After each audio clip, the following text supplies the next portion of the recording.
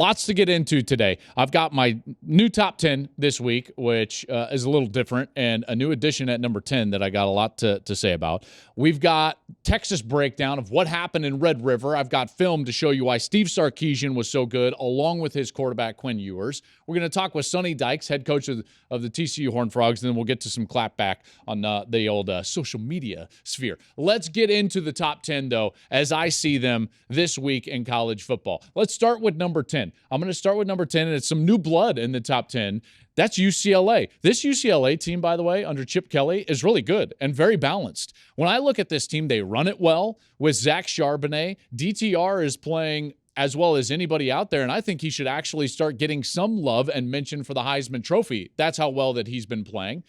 He's throwing it really well. He's running it, using his legs. That's a good team that they just beat last week. That Utah team, nobody has handled Utah like UCLA since Cameron Rising became their starting quarterback early last year. They haven't. Not even Ohio State in the Rose Bowl. Not Florida in that loss. Nobody. And so UCLA, that's impressive. And right now, they could be the best team in the Pac-12.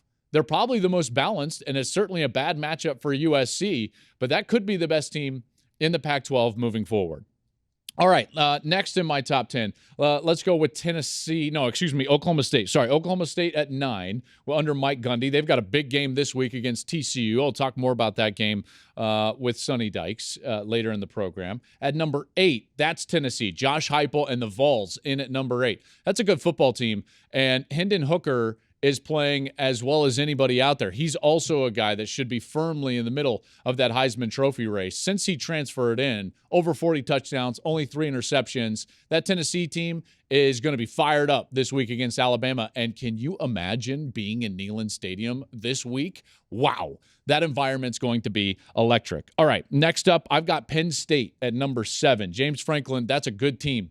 It's a really good team. I can't wait to see that game. Michigan, Penn State, undefeateds, matching up on Big Noon Saturday. Gus Cheney and I will be there. That's going to be a game strength against strength. Both teams want to run it. Both stop the run very well. It's probably going to come down to quarterback play. The veteran Sean Clifford against the young kid J.J. McCarthy. At number 6, I've got USC, Lincoln Riley and the Trojans. Now, this team is really good on offense, but it's somewhat of an illusion. And if I'm really being honest with myself, I probably am falling victim to exactly what I lament in the AP poll, which is that I kept UCLA down at 10, even though I really think that's probably the best team in the Pac-12. And I've got USC at 6. UCLA at 10, USC at 6. But what is unquestioned right now is really the top 5.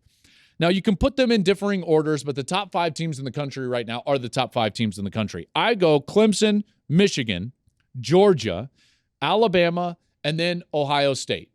Okay, now I want to sit real quickly on Alabama because Alabama's going on the road against Tennessee. I've got Ohio State at number 1 because they're more balanced and they're more complete. This Alabama team struggled a week ago, and rightly so. They didn't have their quarterback. They played sloppily, and they still won. Credit to them for doing so. But this is a team that still struggles on the road, folks. They're going on the road this week against a team that can exploit one of the few areas that they're not strong, which is their passing defense.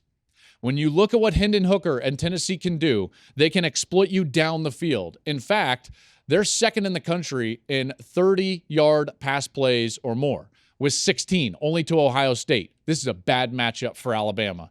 They're favored by 7, and even if Bryce Young plays, this is a bad matchup for Alabama. I'm going with Tennessee this week. Not just to cover. I think Tennessee in that environment gets a full-blown win.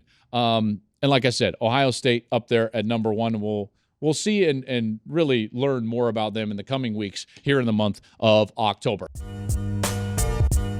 Hey, thanks for watching. If you enjoy that clip, make sure you click subscribe somewhere down here. From game highlights to exclusive interviews and rankings, we've got everything you need as a college football fan right here, College Football on Fox.